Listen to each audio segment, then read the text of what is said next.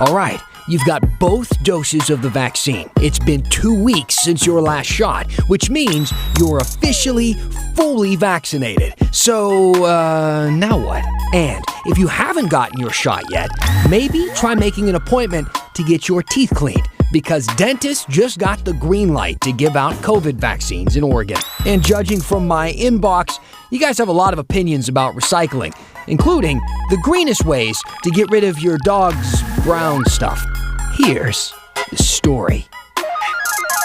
All right, thanks for being with us. Dan Haggerty here. This is The Story. All the ways to communicate with us at the bottom of your screen. Use that hashtag, HeyDan. Now, I feel like we are kind of getting somewhere here.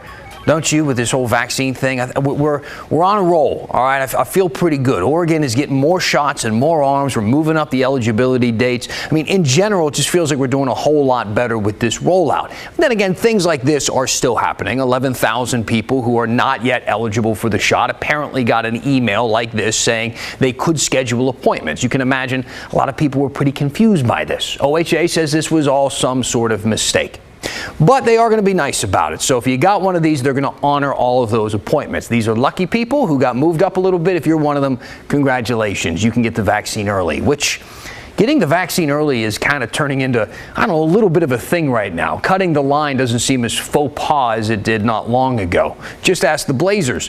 13 players got their first dose on Monday. I checked the roster. None of them are over 65. You might be thinking, I get it. Yeah, this is one of those celebrity treatment type things.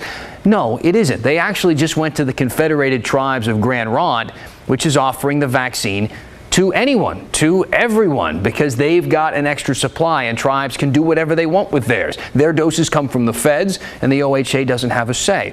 What I'm getting at here is, I feel like we're close to like a free-for-all, like a vaccine free-for-all, right? Like I'm looking at the dam and I'm seeing like a couple of holes in it with the water squirting out, and it's like any minute now it's going to come down.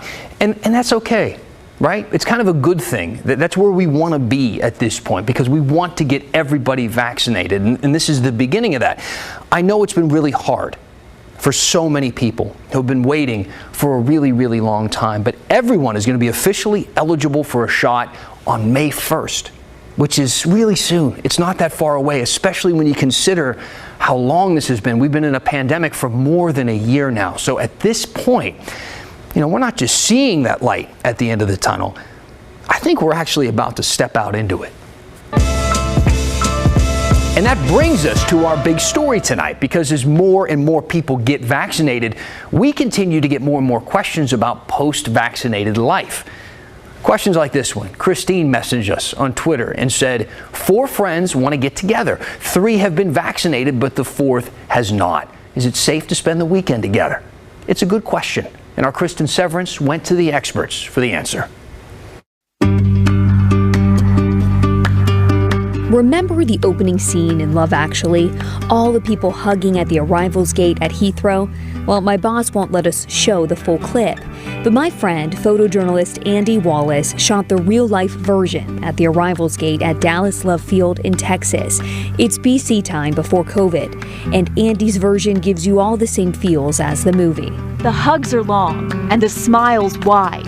When family is together. Most of us would do anything to hug someone like that in an airport without a mask. With every shot, we're getting closer, but we're not there yet. Woohoo, you made it! Outside the Oregon Convention Center, there are no hugs. When they come on out, you can see the anxiety is lifted. Come on in, huh? You made it. But there is joy. I feel great. I'm relieved that I'm done with this process. Now I can get back in the classroom with my students. Yeah, it feels wonderful that I got my shot. Pleased with the experience. I miss people. I miss people in real life, and I'm excited to have to see people's faces. With guidelines changing all the time, once vaccinated, they don't send you off with a booklet explaining what's safe to do or not safe to do according to the CDC. So we asked the experts, like KGW medical contributor Dr. Pyle Coley. Do you believe that people know what they should and should not be doing based on the CDC recommendations? No, and in fact, I think this is a huge fail, and I will take responsibility as a medical professional, because initially the message we kept putting out there was don't do anything different. Dr. Coley said that message was put out there because experts wanted to make sure a large number of people were vaccinated before policy was changed on a larger level.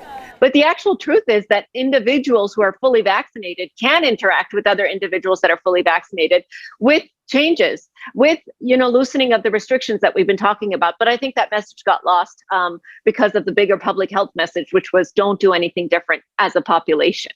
According to CDC guidelines, can a vaccinated person hug another vaccinated person? Yes. So a vaccinated person can safely hug another vaccinated person without a mask, because they're both likely have developed antibodies. The only caveat to this is they have to be at least 2 weeks out from the last dose of their vaccination. Can a vaccinated person attend a party or gathering if all of the people have been vaccinated? Indeed, yes. According to the new CDC guidelines, vaccinated people can attend gatherings that are small. So you still want to keep it, about 5, maybe 10 max, with other vaccinated people that are fully vaccinated by being at least 2 weeks out. The CDC says an unvaccinated person or family can also attend the gathering if they're not high risk. What about air travel?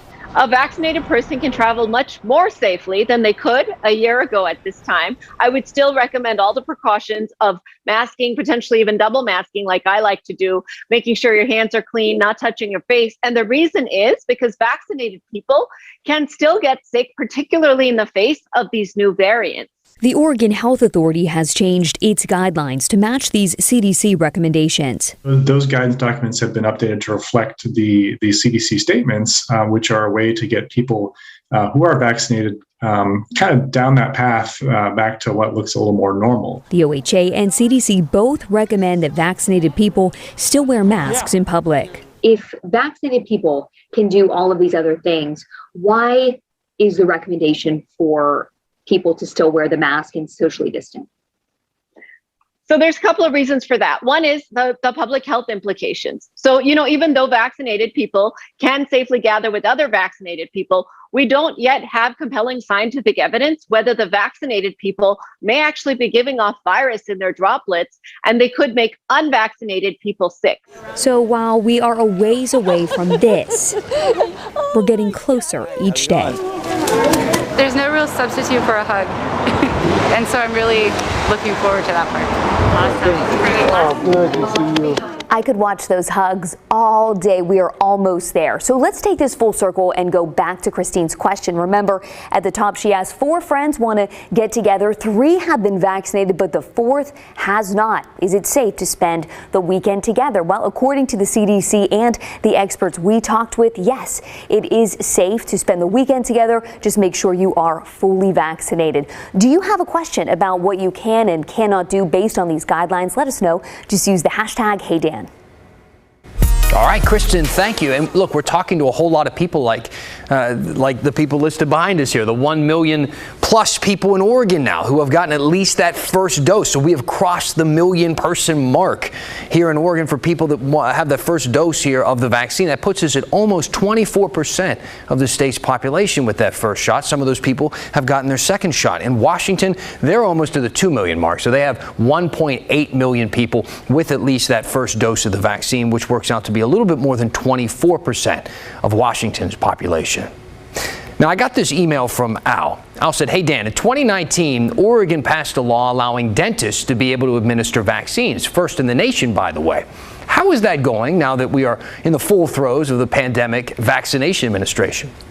That's a good question. So we've done some stories over this in the past year or so about dentists here in Oregon getting trained to administer flu shots. But we've been wondering if they've been allowed to give COVID shots as well, and we got the answer for you now. See, the feds just changed the rules to let more healthcare workers give the vaccine, the COVID vaccine. In Oregon, that includes dentists. It also includes some other people like midwives, eye doctors, foot doctors, veterinarians, even medical students. They just have to be licensed, certified, or registered to give out these vaccines and have the right training. Now, like I said before, this just happened. I even got a tweet tonight with people saying, well, why can't I get my shot from a dentist? As you heard, it's just starting. So we haven't heard specifically of any dentist's office locally here, optometrists offering the COVID vaccines yet, but when we do, we'll let you know. Now, I want to bring back a piece I did last night, or rather, recycle it. We're talking about the state's struggle to enforce the ban on one-use plastic bags, and I made an observation about dog poop. So the gist of it was, I never quite understood the total outrage over people who leave dog poop on the grass compared to the total acceptance of using plastic bags to throw it away, considering one does decompose in a matter of weeks and the other takes between, 20 and 50 years after suffocating a whale. Sabrina said, I like you, Dan, but very irresponsible to suggest poop just decomposes and poses no threat to the environment. I didn't say the no threat part. First of all, look, a few things. It does decompose, but that doesn't mean I condone people leaving poop on the ground. I should have made that more clear. Don't do that. There are like few things grosser and more disrespectful. Don't leave your dog's poop on the ground. And she's right. Dog doo-doo is not sanitary, which is why your nose does such a good job of flagging that for you. It can pose threats to your health and to the health of your dog and other dogs and pretty much everything else. But if you think that just tossing it in the rubbish will summon Captain Planet or something, think again. To which Timothy said, most of us, Dan, buy the biodegradable plastic poop bags. And to which I reply now, I thought you'd say that. A few things about those bags. See, first of all, the FTC sent out a warning in 2015 about deceptive packaging on those biodegradable and compostable bags. And that's because while the bags can decompose in, let's say, a compost pile, most of those bags don't go into a compost pile, do they? Where do they end up? The landfill. And in a landfill, they don't break down like that. Sometimes they don't break down at all. And even when they do, they don't break down nearly as fast to be able to be labeled the way that they're labeled. Also, how many dogs do you see out? How much poop is piling up? When you get all that poop in one place, like a landfill, it creates methane, which is a greenhouse gas. So, what can you do? Well, some people say you can flush it. They even make flushable bags. But I looked on the City of Portland website, and it specifically says, do not flush pet poop. They even use the term poop. So I guess that's out. You could compost it, but not if you're a novice composter. You have to maintain a really high temperature for a long period of time to kill all the bacteria and the nasty stuff that's in dog waste. So if you do compost and you are good at it and you want to try this, don't use it on anything that you grow to eat. You know, bushes, shrubs, things like that. But I wouldn't use it for your tomatoes, okay? You could bury the dog poop, but you'd have to bury it about a foot under the ground. That seems like a lot of work, and good luck in the winter. So what? I don't know. The greenest option I could find is a doggy septic tank in your yard. But again, dog waste can be riddled with parasites and bacteria, so hopefully you have some property and you can pick a spot far from the house. But that's the best I got. And I'll tell you this is maybe the most Oregon story I've done since I've been here. I don't know that this would have gone on the air in, let's say, Cleveland, Ohio. And I'm fine. I'm not ashamed of that. I like that. So if you have a green way to get rid of doo-doo, let me know. Share the knowledge. All right, use the hashtag #HeyDan. Well, OSU's president is gone now because of how he handled sexual misconduct at his old school. But I guess the drama is over in Corvallis until we realize the now acting president is being sued. And as Portland tries out its new street response team, they're running into a big issue. We don't have enough mental health service providers to serve the needs of the people on our street or in our community. When the story continues. I just got an email. I can't wait to read it at the end of the show. It made me laugh.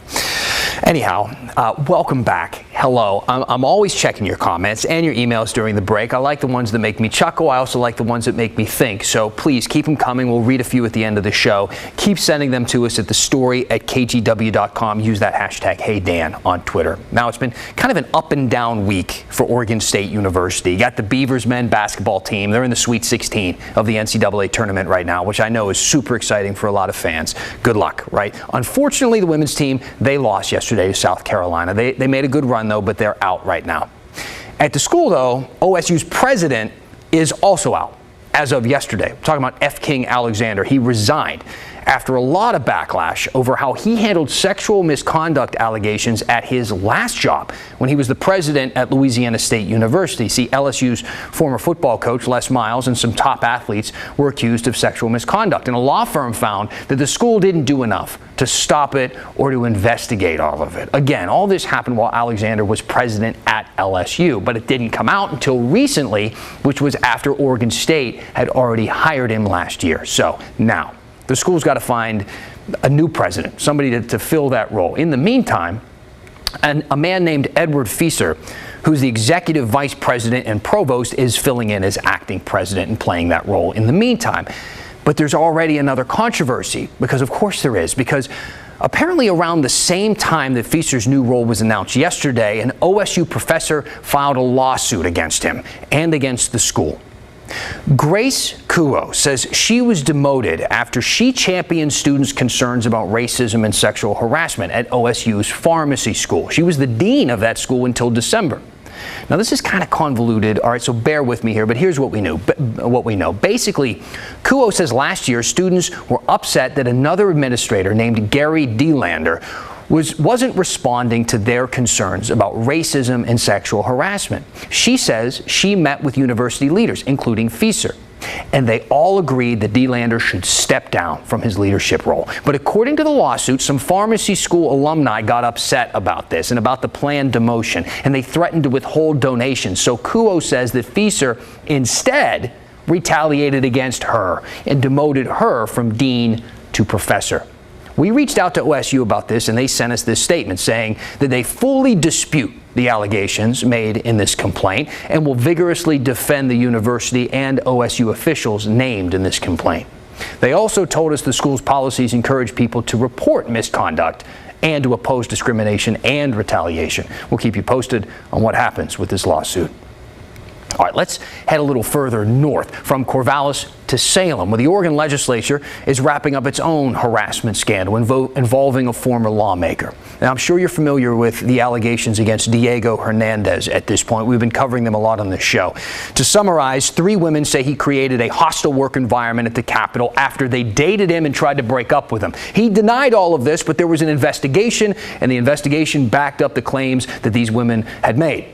The House was planning to expel him, but last month he announced instead that he was going to resign. He officially left office last week, so he's gone. But his seat here in House District 47 in Northeast Portland is technically empty right now, but it won't be for long. See, the Democratic Party chose some candidates to replace him, and then the Multnomah County Commissioners, they made their final decision yesterday on who was going to fill this seat, and they picked this woman here. They picked Andrea Valderrama, who is a policy director at the ACLU of Oregon.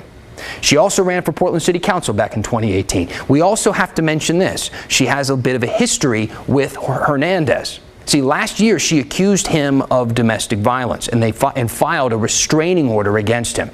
That was later dismissed, but she told us at the time that she stood by her claims.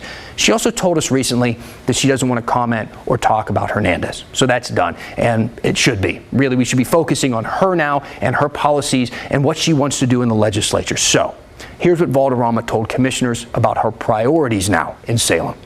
I am really interested in continuing to lift up the needs of housing and providing healthy homes. So HB 2842 really providing weatherization for our housing, I think now more than ever is a top priority. But I will also say that I have lots of priorities that I've heard loud and clear from our constituents, whether it's childcare, reinvesting public service, public safety dollars, providing additional accountability for officers, or even banning tear gas. These are all things that I'm very interested in continuing to learn about and potentially pass and vote on. I also think that we need to do a better job of lifting up the homeless crisis and really look at additional policies there. So congratulations to Valderrama for getting the job. When she is sworn in, she's actually making a little bit of history. OPB pointed out that for the first time, there will actually be more women than men in the Oregon House of Representatives, which is pretty cool, especially when you look at Congress and the numbers there right now, which is only about 27% women. Let's talk a bit about solutions. We've been having a lot of conversations on this show recently about homelessness and housing issues, and a lot of the proposals for addressing that have to do with the bigger picture of things, like affordable housing and funding for more homeless services. And tonight, we're going to talk about something a little bit more immediate, helping people on the streets right now who are going through a crisis, maybe tonight. Last month, Portland launched its street response team. All right, we've talked a lot about this. It's an alternative to policing for people experiencing homelessness or a mental health crisis. It's made up of a program manager, a firefighter paramedic, a mental health crisis clinician, and 2 community health workers. This is them right there, okay? It's a small team right now. It's just a pilot program, and it's only in one neighborhood, the Lentz neighborhood. Now, Laurel Porter had 2 street response team members on Straight Talk last week to check in to see how things are going so far and to see how work has worked out. Robin, walk us through what happens when a call comes into 911 involving someone in a mental health crisis or a call about a homeless individual. How do dispatchers discern when to send police and when it might be appropriate to send the Portland Street Response Team? There's a set of questions that the dispatchers will use to triage those calls. And so individuals who call 911 or the non-emergency line are welcome to always request Portland Street Response. The dispatchers will still triage the call and ask questions to ensure that we're the right and appropriate responder.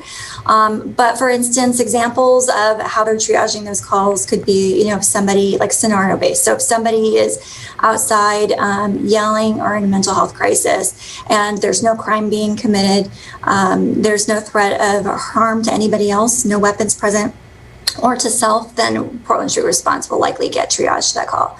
Or if somebody is down and unchecked and it needs a welfare check, then we'll likely get called to that scene. You can request a face-to-face mental health check for someone. In that case, we would likely get called to that as well. So there are both police type of scenarios and fire scenarios in which we're taking on a little bit of each of those call loads. All have to do basically with mental health, substance use intoxication, and welfare check calls. Those are the 3 categories that would typically fall within Portland Street Response. Now, Commissioner Joanne Hardesty has really kind of been the leader in City Hall for getting this team up and running. They've still got a lot of hurdles to jump over. One is getting some funding, enough money to eventually expand the team so it's not just in the Lentz neighborhood, but it's throughout the entire city. Another is expanding mental health services in general, because right now the team says they don't really have a ton of options or a ton of places to take people when they're experiencing a crisis, and they need other places to bring them. That's the biggest issue we have right now. We don't have enough mental health service providers to serve the needs of the people on our street or in our community. And we clearly don't have enough culturally competent or culturally specific service providers for the extraordinary need that we have. It's my hope that we will get significant resources invested from the ballot measure. I believe it was ballot measure 110. I don't remember the number, but the ballot measure that actually took some state cannabis tax dollars and invested it in alcohol and drug treatment. That will help a lot, but we also need the state to be a partner in investing in mental health treatment in our community. Now, Multnomah County is planning to open a new behavioral health resource center downtown next year. The street response team, the music came on for just a second. We're not done with the story yet. Okay, the street response team says that that's going to help a whole lot. Laurel Porter talked to them for a while on Straight Talk. You can watch the entire episode right now on the KGW YouTube channel. It's also a podcast. Cue the music now. We're ready for it. There you go. Send me your thoughts. Give me your questions. We want to answer them. I'm going to read a few after the break when we finish the story. Next.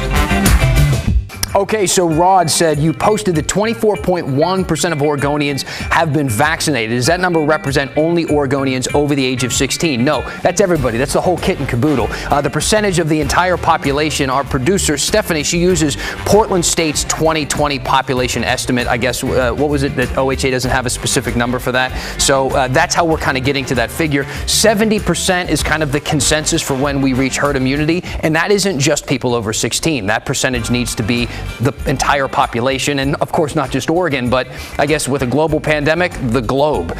And we got another talking about what to do with your dog poop. Somebody said worm farming. How many worms do you have? I feel like you would need like 1 billion worms. Maybe that's a thing. I'll Google it. And then this is my favorite. Shannon wrote in and said, it sounded so serious at first. Hi, Dan. Loving your show. You mentioned looking for a way to properly dispose of dog poo. Has anyone suggested putting it in a paper bag, setting it on fire, and placing it on a much deserving ex's doorstep? No. No one is proposing that. Don't do that. Shannon. My goodness.